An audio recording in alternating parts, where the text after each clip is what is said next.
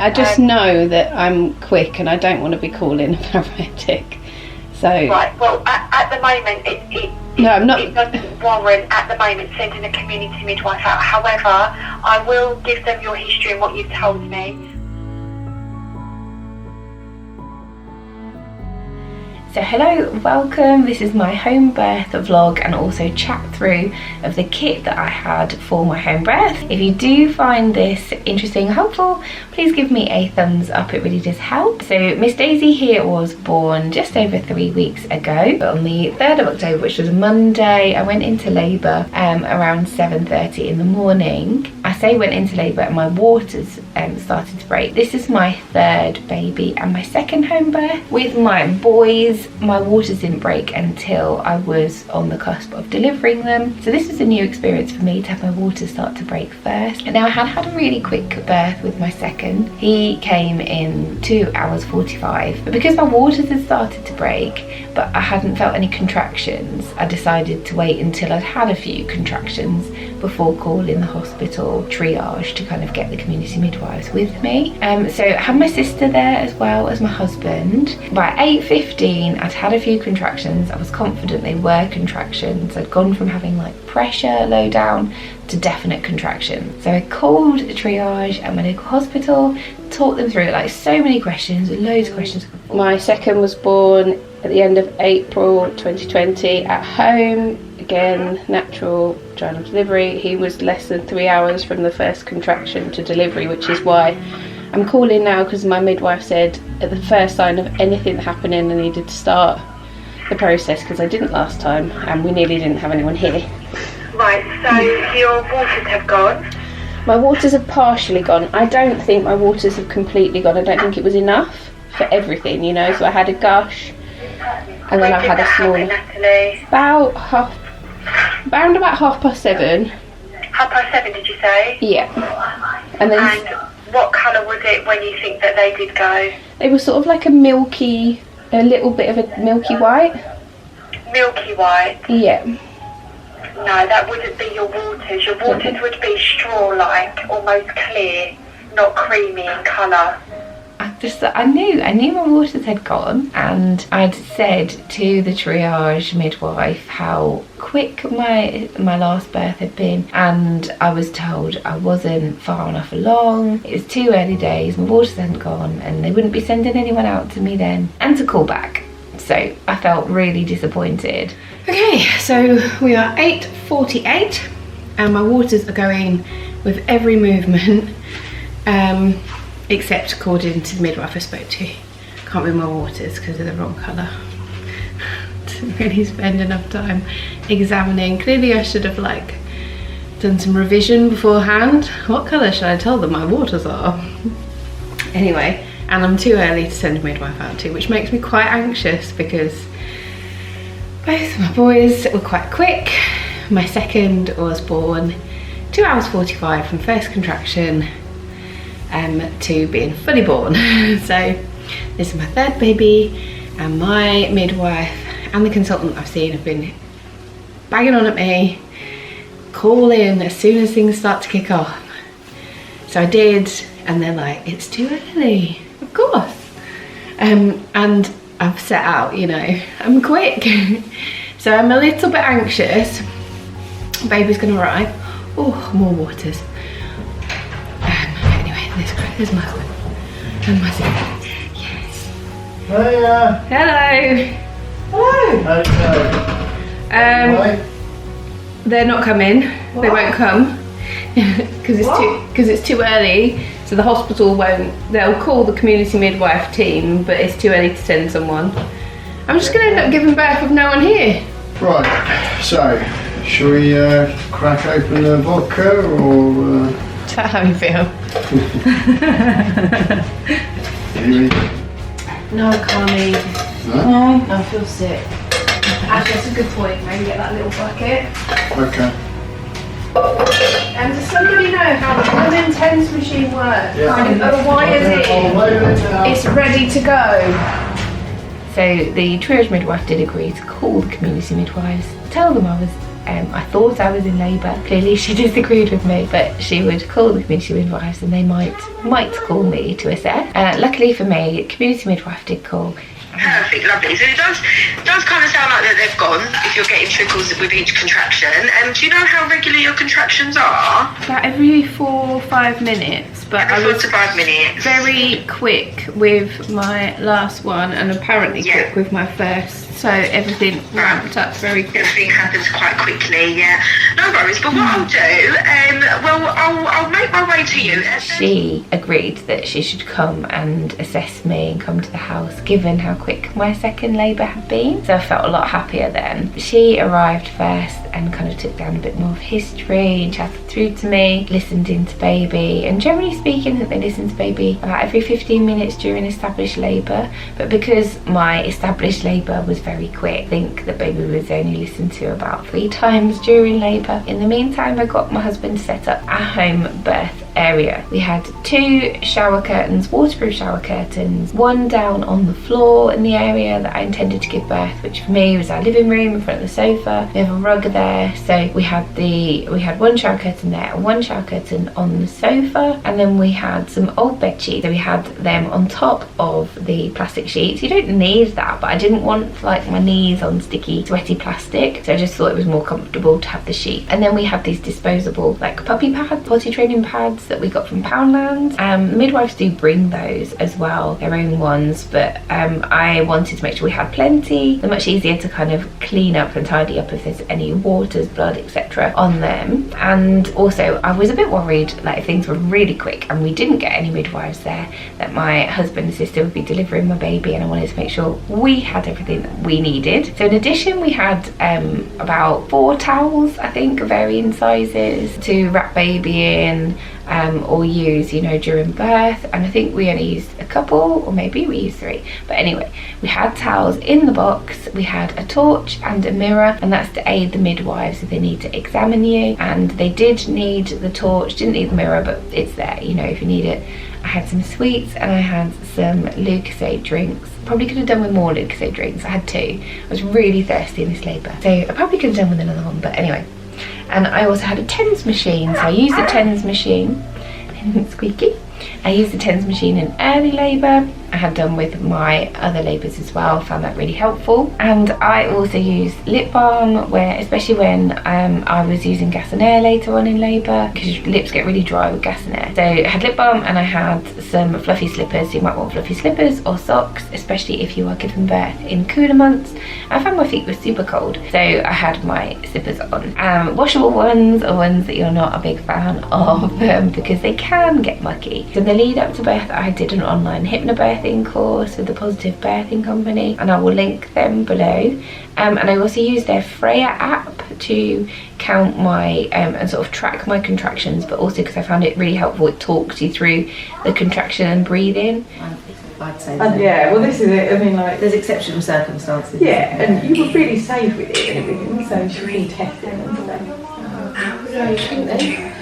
3, 4, 5, 6, 7, Yeah, sort of thing.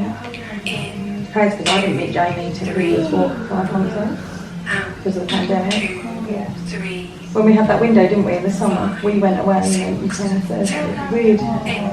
He's not a giggling age, you know, by the time we get them there, isn't he? Oh, my boys are dead excited. Girl. How old are they? 6 and 12. 6, Yeah. 7, 8, Yeah, not many girls in the family, is there?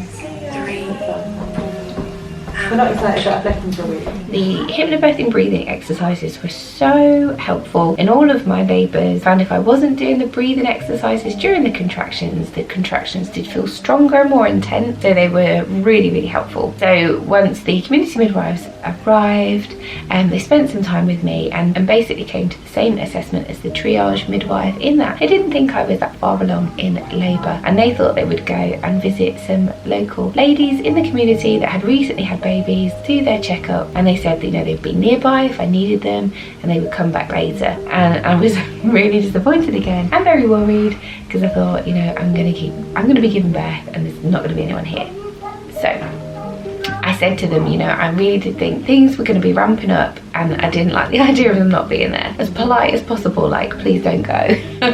And they said that they didn't think my waters had broken, and that if my waters had broken, they'd have expected to have seen more waters, and the pad that I had it on was completely dry. So they didn't think my waters had broken, and if my waters had broken, they'd be able to stay, but because my waters hadn't broken, they wouldn't be.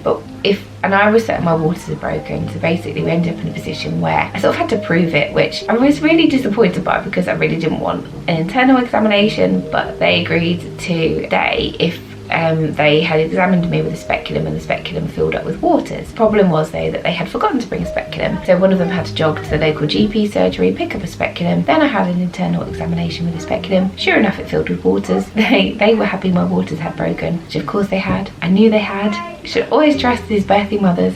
But yes, so they were confident my waters had broken, and then they agreed to stay. So hooray, finally, after some effort we convinced midwives to stay. And then I continued to labour, initially in the kitchen, and then I moved through to the living room. I found it really comfy labouring on my birthing ball, but I also sort of know from experience if I'm sat down at all, it tends to slow down contractions. So after a while I thought, come on now, you just got to embrace this, embrace where you are, get this going, get this baby out and stand up.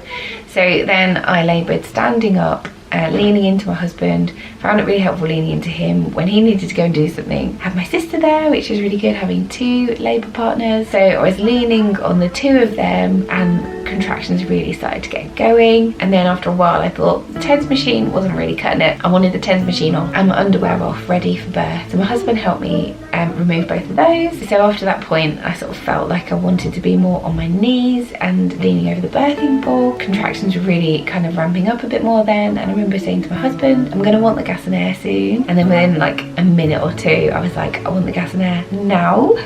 So gas and air I found really helpful as well for slowing down breathing, getting those big breaths in and the slow breaths out. And previously when I've used gas and air I found it made me quite woozy. This time it really didn't seem to make me woozy, but it does make my voice go really deep, and I think that's quite common. So then contractions were really ramping up, and I was told by my husband and my sister later that the midwives were kind of debating how long it would be before I gave birth, and still totally unprepared for how quick it was. And I do remember sort of being unaware of like where everyone was, and I didn't think anyone was like that. I mean, my husband was close to me, but I didn't think a midwife was close to me. So I do remember like saying to my husband, where's a midwife? And she said, kind of, I'm right here. So I was like, oh, thank God for that. Somebody's here to catch the baby. And still, apparently she only got like 1 glove on by the time the head was crowning. And she'd had like a little look and said, oh, I can't see a head. So didn't think anything was gonna happen. And then like within seconds, baby was like there, which I knew was gonna happen. I could feel it. You know, I could feel baby starting to descend, and I could feel that I was on the cusp of giving birth. But it was all good. From when my contractions started to become more regular to when baby was born was around 3 hours, so pretty much on par with my second labour.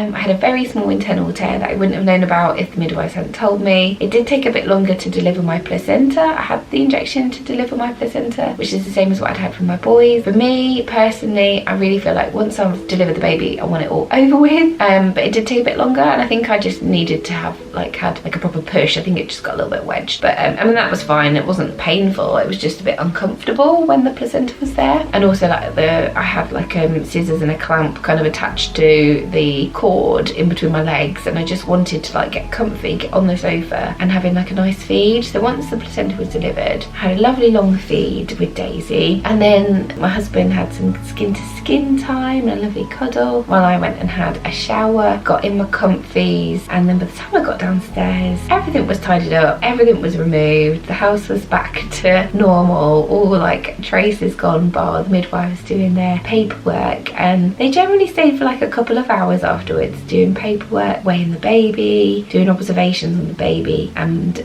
observations on me. I'd made a cake like the day before. I'd made a Halloween cake, and this is like, I think it's like, I know in my head, I know like the baby's gonna come really soon because I've made a cake just before each of my births. So we had this lovely Halloween cake, which the midwives had a slice of cake, and me and my husband and sister had a Domino's pizza, which I did offer to the midwives. They declined. But this is what we did after my first home birth. So I don't think you can call it a tradition, can you, when it like only your second home birth? And I'm not going to be having any more babies, so that'll be it. But it was yeah, lovely. We got that time in the afternoon with baby before it was time to pick up my eldest from school. So he met her first, and then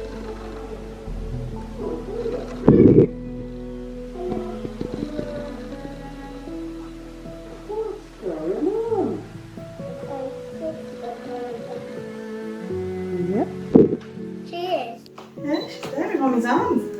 Yeah. This is baby sister. This is your sister. Tell Mummy what you wrote at school today. Oh! My lolly's in my bag. It's okay. We'll get it in a minute. and then picked up my middle child from nursery, and the boys are just absolutely besotted with her. Ah. Yeah, who's this? Is this your baby sister? Yeah. Daisy? Oh, careful. You want to see her head? Gentle. Oh, there she goes. Yeah. See? I think she might have a windy pop. Shall we get her up and do windy pops? Yeah. Yeah. Let's get up and do windy pop.